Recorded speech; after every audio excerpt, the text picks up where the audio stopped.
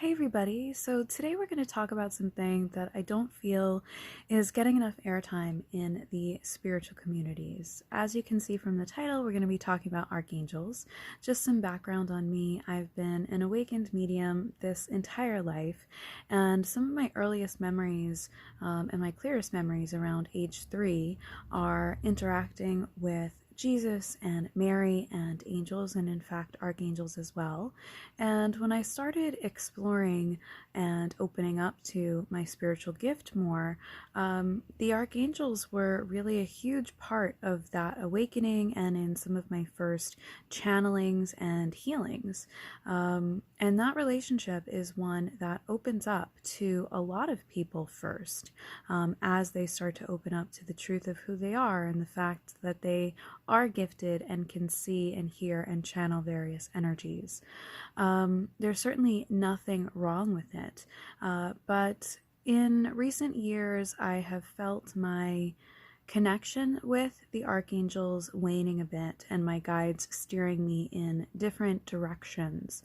And then this last half of the year especially, I've noticed and started to find out why that is. So this time especially, there has been a lot of change in the archangel collectives, meaning the reason why it is said that you can call on an archangel and everyone on earth can call on that archangel at the same time and they will still be able to appear and help everyone, is not only because of the omnipresent factor that they can share with God. It's because each archangel within themselves is a collective. They are a collective family. So for example, there is the family of Michael, the family of Metatron, the family of Gabriel, and it is all a part of one consciousness collective that can project out in various places. So there is also an archangel collective. And the last half of this year, in the astral and in some of the quantum and cosmic shifts that are happening in the war, quite frankly, of duality and light and dark, there has been a lot of shift and change within the archangel collective. In the past few years, I have noticed that some of the people that are open to and channeling and saying that they are channeling or speaking or healing on behalf of some of the archangels by no fault of their own, have been tapping into a system that is, to put it in computer terms, hacked. So there are energy beings and forces and parts of the matrix that are not of the light and are not of that particular archangel, but they will attract and attach themselves and try to work through people that are starting to open up to their channeling abilities, or perhaps being a bit lax or uncertain or unknown in their channeling abilities. And because it is just sort of taken for granted that an archangel is good, most people don't check with who they are connecting with and who they are channeling with and who they're tapping into. If it's said that it's an archangel, or if they call upon an archangel, they're just taking it for granted that all archangels are good and that being is who they say they are, and that is a part of the light. Now, how can you avoid this? You avoid this by doing your due diligence.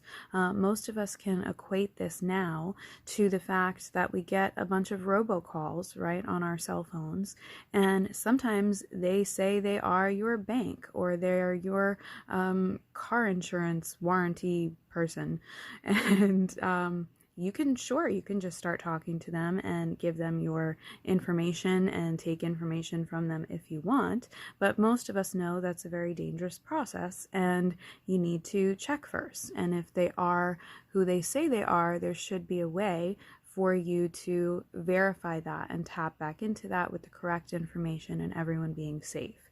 That's a process that we need to carry over into our channeling, and we need to make this more aware to people as they're coming online to their gifts and opening up to channeling more. Now, if you are a channel or a reader or a healer and you've not done this, please don't be ashamed. It's simply because you weren't taught and you weren't informed. And people like me had to sort of go through hard things and fight these battles of light and dark so that we can tell the difference and we can share this information. But admittedly, it does take courage to be able to do that, because this is not a very popular opinion. It's not a popular opinion that everyone isn't who they say they are, and that there are archangels who are not of the light. And I don't say this to spread fear. In fact, I spread it to prevent fear and prevent the heartache or shame or confusion or further matrix alignment that happens when we don't say it. So how you prevent this is you simply start a new practice and you start a new process where you check in when you call for someone and you start interacting with a being, or when a being comes and presents themselves to you, whether that's personally or during a reading or a healing that you're doing for someone else. Check and start a practice of checking. And also, very importantly, in your dreams and in your astral travels and meditations, check, because these beings are energy, and they don't have physical bodies, and energy is easily malleable. So they can make themselves to look like anything they want, anything your perception is expecting, or anything that would feel comfortable for you. Now, again, this isn't to elicit fear. You have nothing to fear. This is all about your soul sovereignty, and you're coming into new layers of awakening and awareness and your power.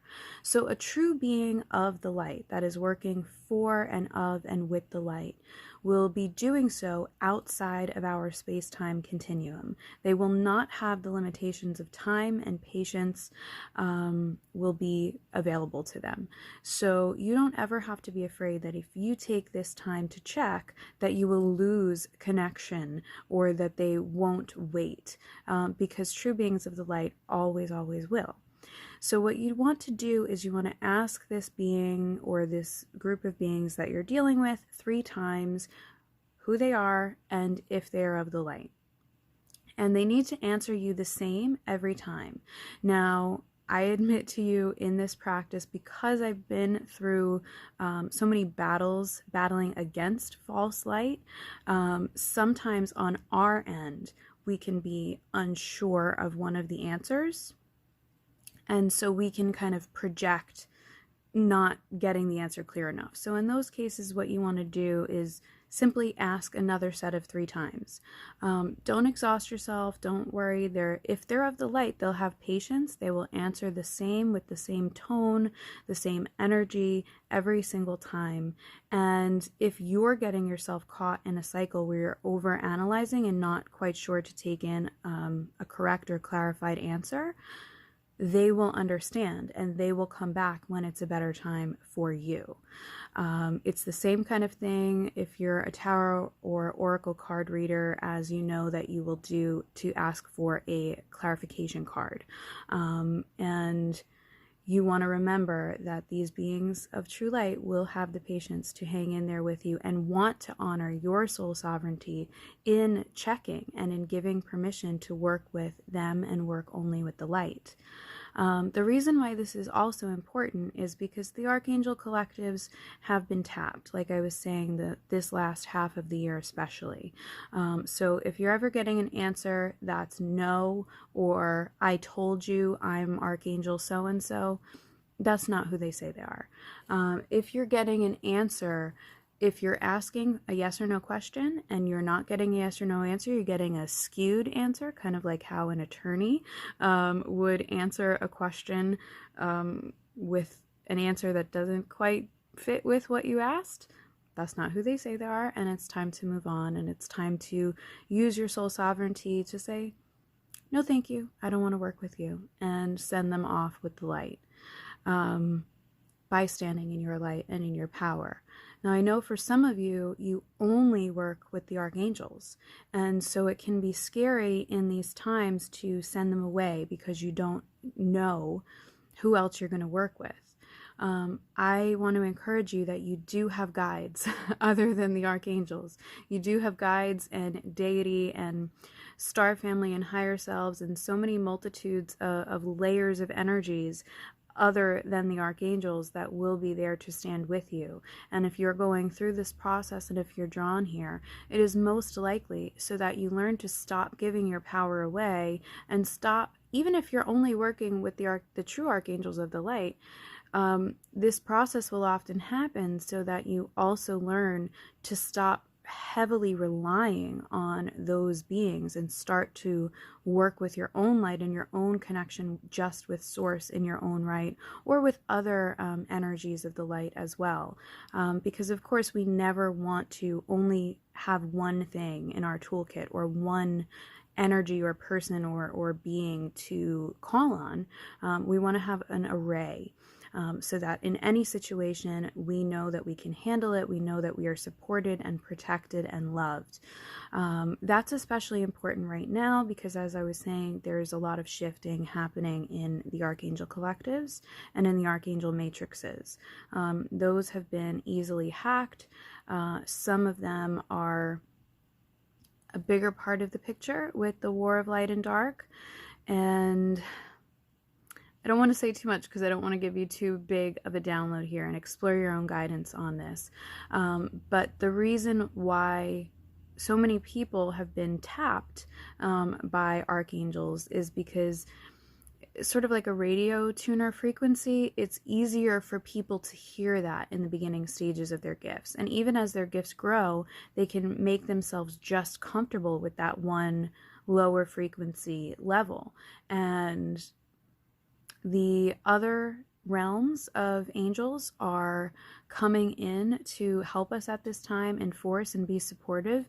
More than likely, those will be the ones that you don't really have names for. Those will be guardian angels and such. And as a scene in previous lives, I have helped a lot of people find their guardian angel name. I encourage you to know that you can also do that. And the reason why these other layers and levels of the angelic realms are starting to come in further support is because the true archangels are engaging in a bit more of the spiritual battle.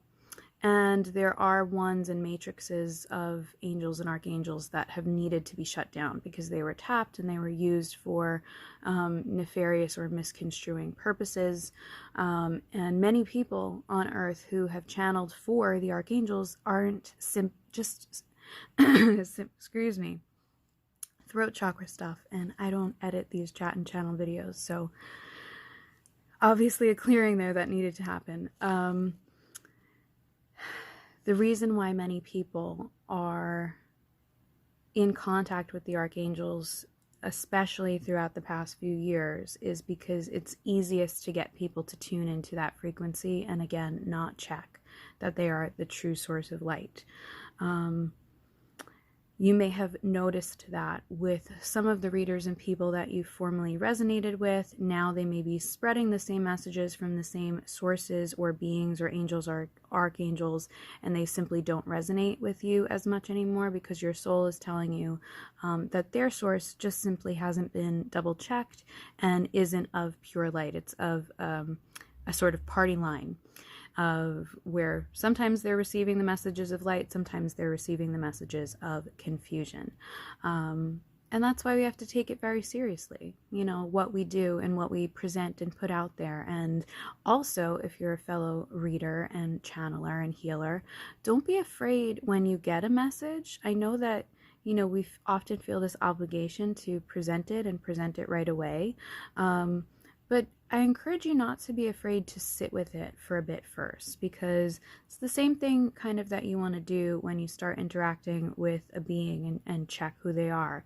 You want to sit with the message. You want to not hoard it, but you don't want to just take it and spit it out. You want to be able to also digest. Obviously, you want to check that it's of the light, but also, most importantly, something that's really important in my repatterning, and I believe in yours as well, is learning to digest the material and then be able to present and share it. Because so often as readers and empaths and channelers and healers, we simply spit out the light and the information, and we feel this obligation to help others. And it's great to want to help, it really is, but we often create a pattern where we martyr ourselves and leave ourselves in the lurch and leave ourselves without the essence or benefit or replenishment of any of that light, because we're just giving it all away.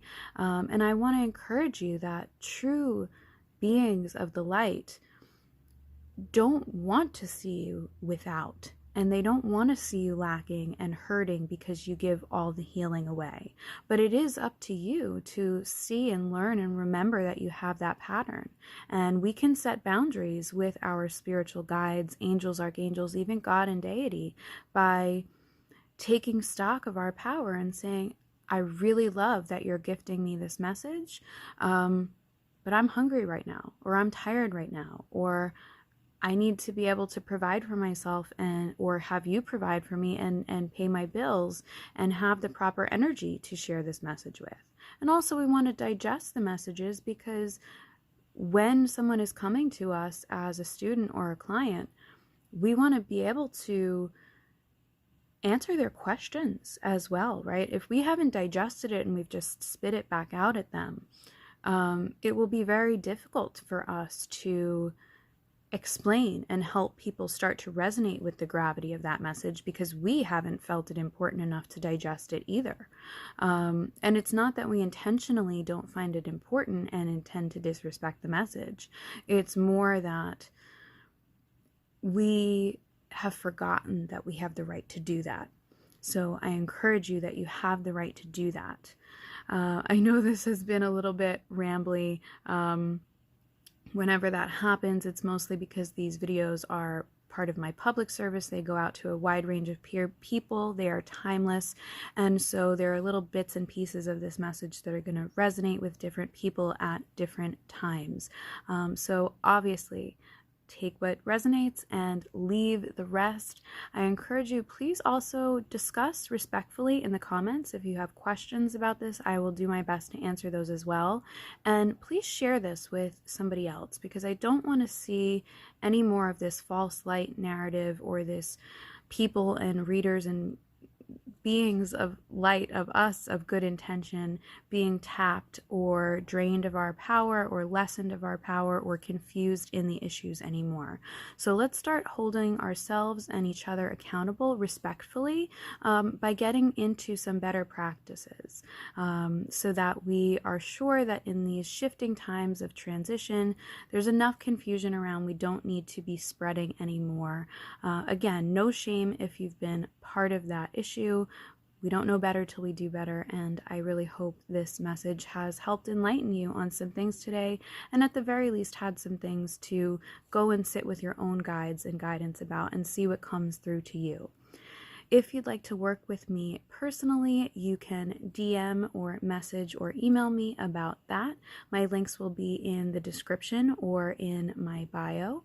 I have a PayPal open as well, which will also be linked if this message or any of my other work has helped you and you would like to give a heart-based donation in support of my works. That would be greatly appreciated. And thank you for being here. Thank you for spreading your light and working with and for the light, and not being afraid to address the darkness, because that's how we clear it. We need to do the shadow work along with the light work, and sometimes that shadow work is big and vast and cosmic and astral and part of this big plan that nobody has all of the pieces to yet. But it also has to do with our own shadow work of not being afraid to say the hard things and take accountability. So I'm very proud that this message hopefully helps us all take a step in that direction, and I hope that you allow yourself to be blessed by all sources and beings of light. Sending you love and light codes. I will see you next time. Love, Danielle, #Damsel at Dee's Enlightened Edits. Bye for now.